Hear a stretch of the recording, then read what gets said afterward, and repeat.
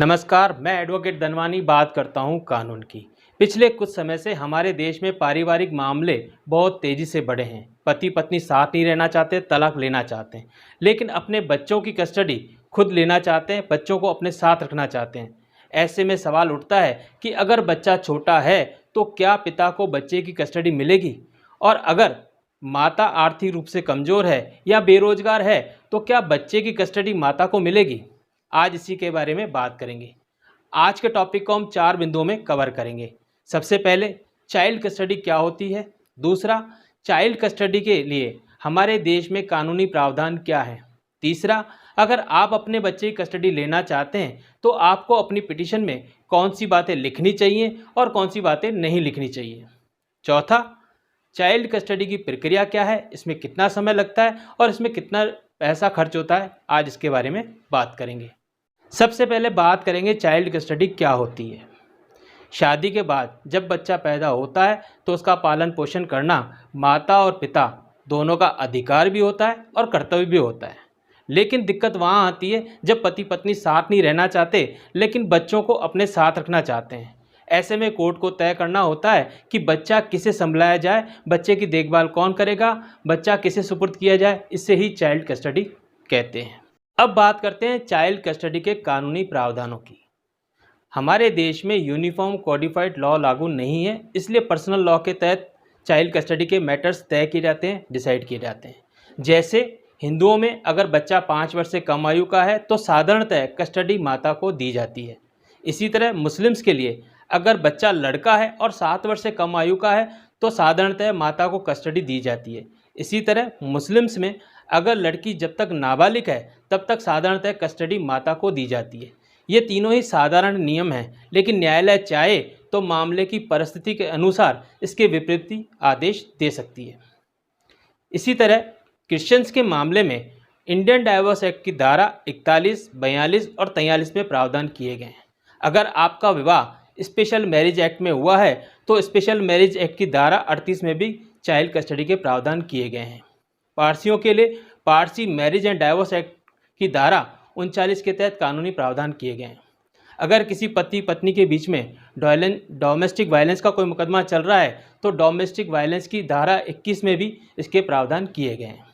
इसके अलावा अगर कोई बच्चा 9-10 वर्ष का है, परिस्थितियों को समझता है तो न्यायालय उसकी इच्छा को ध्यान में रखते हुए भी कस्टडी तय करता है। अब हम बात करते हैं, अगर आप अपने बच्चे की कस्टडी लेना चाहते हो तो आपको अपनी पिटीशन में कौन सी बातें लिखनी चाहिए और कौन सी बातें नहीं लिखनी चाहिए। देखा गया है कि लोग अपने विरोधी पक्षकार के विरुद्ध काफ़ी नकारात्मक बातें लिखते हैं या फिर बढ़ा चढ़ा करके लिखते हैं।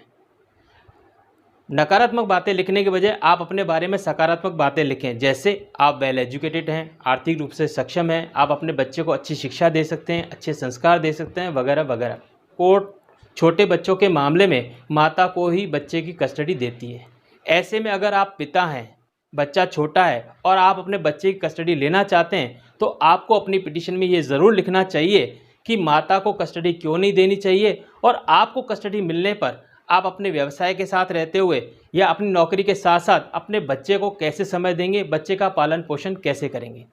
ऐसे में अगर आपके माता पिता यानी कि बच्चे के दादा दादी आपके साथ रहते हैं तो आप अपनी पिटीशन में ये तथ्य ज़रूर लिखें और साथ में ये भी लिखें कि बच्चे की परवरिश में आपके माता पिता आपका सहयोग करेंगे। साथ में उनका एक एफिडेविट इसके समर्थन में ज़रूर लगवाएं। चाइल्ड कस्टडी के मामले में ज़्यादातर छोटे बच्चों की कस्टडी माता को दी जाती है, लेकिन आप पिता हैं, आपको भी कस्टडी मिल सकती है। आपको इसका एक एग्जाम्पल भी मैं दूंगा। इसी तरह अगर आप माता हैं, आर्थिक रूप से कमज़ोर हैं या बेरोजगार हैं, अपने बच्चे की कस्टडी चाहती हैं तो आपको अपनी पिटीशन में स्पष्ट लिखना होगा कि आप अपने बच्चे की देखभाल करने में समर्थ हैं और बहुत अच्छी तरह देखभाल कर सकती हैं, पालन पोषण कर सकती हैं, लेकिन आप आर्थिक रूप से कमज़ोर हैं या बेरोजगार हैं, ये तथ्य ज़रूर लिखें। देखा गया है कि वकील महोदय अक्सर अपने क्लाइंट के बारे में बढ़ा चढ़ा के लिखते हैं जिनका उन्हें बाद में नुकसान होता है, इसलिए आप अपनी आर्थिक स्थिति सही से लिखें। साथ में बच्चे के भरण पोषण के लिए धारा 125 CRPC में अलग से पिटीशन और दायर करें। ऐसे में कोर्ट आपको बच्चे की कस्टडी भी दिलवाएगा और भरण पोषण की राशि भी आपको दिलाई जाएगी, जो आप समय समय पर बढ़वा भी सकते हैं, कोर्ट उसको बढ़ाकर भी देती है। देखिए, पर्सनल लॉ में चाहे कुछ भी लिखा हो, चाहे ये लिखा हो कि अगर बच्चा छोटा है तो साधारणतः कस्टडी माता को दी जानी चाहिए, लेकिन वास्तव में कोर्ट बच्चे के कल्याण यानी वेलफेयर को ध्यान में रखते हुए बच्चे की कस्टडी तय करता है। इसका मतलब कोर्ट केवल बच्चे की सुरक्षा, शिक्षा और भविष्य को ध्यान में रखते हुए कस्टडी तय करता है। अगर कोर्ट को लगता है कि ये सारी चीज़ें माता दे सकती है तो कस्टडी माता को दी जाती है। अगर कोर्ट को ये लगता है कि ये सारी बातें पिता पूरी कर सकता है तो कस्टडी पिता को दी जाती है, क्योंकि सुप्रीम कोर्ट ने अपने बहुत सारे जजमेंट में स्पष्ट कर दिया है कि जहां बच्चे का वेलफेयर हो उसी को ही कस्टडी दी जानी चाहिए। ऐसे में अगर आप पिता हैं, बच्चा छोटा है और आप अगर अपने बच्चे की कस्टडी लेना चाहते हैं तो उसका एक अच्छा एग्जाम्पल मैं आपको देने जा रहा हूँ। मेरे बहुत ही करीबी मित्र जिनकी पत्नी 18 माह के अपने बच्चे को छोड़कर अपने पियर चली गई और 1 साल के बाद आकर कोर्ट में चाइल्ड कस्टडी की पिटीशन दायर की। कोर्ट ने ये माना कि जब 18 माह के बच्चे को 1 साल तक बिना माता की सहायता के पिता पाल सकता है तो ऐसे में माता की आवश्यकता नहीं है पिता को कस्टडी दी जाए।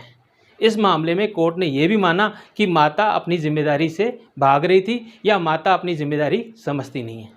इस तरीके से अगर आप पिता हैं और अपने छोटे बच्चे की कस्टडी लेना चाहते हैं तो आपको मिल सकती है। अब बात करते हैं प्रक्रिया के बारे में। जिस जिले में बच्चा रहता है उस जिले के जिला न्यायालय में, अगर उस जिले में पारिवारिक न्यायालय है तो पारिवारिक न्यायालय में चाइल्ड कस्टडी के लिए पिटीशन फाइल करनी होगी।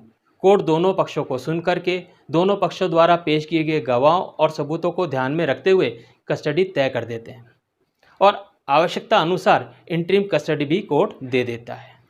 अब हम बात करते हैं चाइल्ड कस्टडी की प्रक्रिया में होने वाले खर्चे और लगने वाले समय के बारे में। चाइल्ड कस्टडी की पिटीशन फाइल करने के लिए 2 से 3 हज़ार रुपये खर्चा हो जाता है। इसके अलावा वकीलों की फ़ीस होती है जो 5-10 हज़ार से लेके लाखों रुपए हो सकती है। लेकिन अगर आप आर्थिक रूप से कमज़ोर हैं और अब वकील नहीं कर सकते हैं तो ऐसे में आप अपने ज़िले के जिला विधिक सेवा प्राधिकरण में मुफ्त वकील की सहायता के लिए आवेदन फाइल कर सकते हैं। जिला विधिक सेवा प्राधिकरण आपको मुफ्त वकील की सहायता भी उपलब्ध कराएगा, पिटीशन फाइल करने और टाइप करने के खर्चे भी आपको देगा। इस तरीके से आप बहुत कम खर्चे में पिटीशन फाइल कर सकते हैं। अब बात करते हैं चाइल्ड कस्टडी की पिटीशन में लगने वाले समय के बारे में। चाइल्ड कस्टडी की पिटीशन अमूमन 2 से 3 साल में कोर्ट डिसाइड कर देता है, कभी कभी समय ज़्यादा भी लग जाता है। इंटरिम कस्टडी अगर आप चाहते हैं तो कोर्ट 2 से 3 महीने में डिसाइड कर देता है, लेकिन इसमें भी कई बार समय बहुत ज़्यादा लग जाता है। आज की ये जानकारी मैं समझता हूँ आपके लिए बहुत ही लाभकारी होगी। सो आज के लिए इतना ही। धन्यवाद, शुक्रिया।